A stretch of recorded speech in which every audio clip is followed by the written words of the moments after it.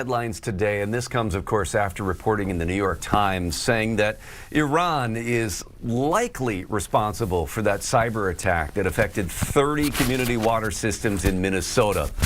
In response to that yesterday, a lot of reporting here. In the preliminary assessment, officials say they have not determined who is responsible. Despite that reporting that it's likely Iran, there's no official determination here.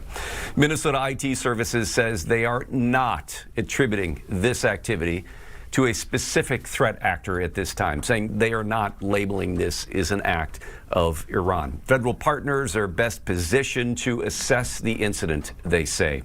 Meantime, the FBI Cyber Division has put out a warning saying that malicious cyber actors are targeting water systems, telling operators to remove what is called a programmable logic controller and offering up guidance for that. It is unclear if this is directly related to our situation here, but again, a lot of points of this that investigators are looking into.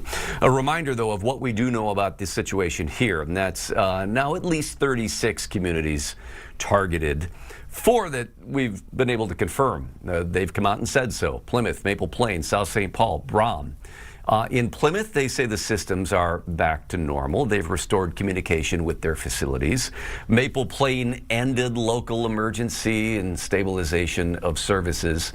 A cybersecurity expert that Fox 9 spoke to says if Iran is to blame, it likely knew quite a bit about Minnesota water systems prior to this attack.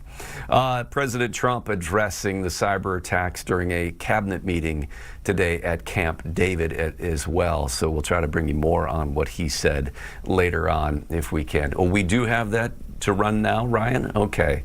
Let's bring you what the president said about these attacks. We heard in Minnesota there was a cyber attack and they blame it on Iran. I don't think so. I blame it on Minnesota because they're grossly incompetent. There was a cyber attack of 30 water plants, and I would blame it on Minnesota and the governor, the corrupt governor of Minnesota. They like to say, oh, it's Iran. Iran should be so lucky. Iran's got bigger problems than worrying about Minnesota.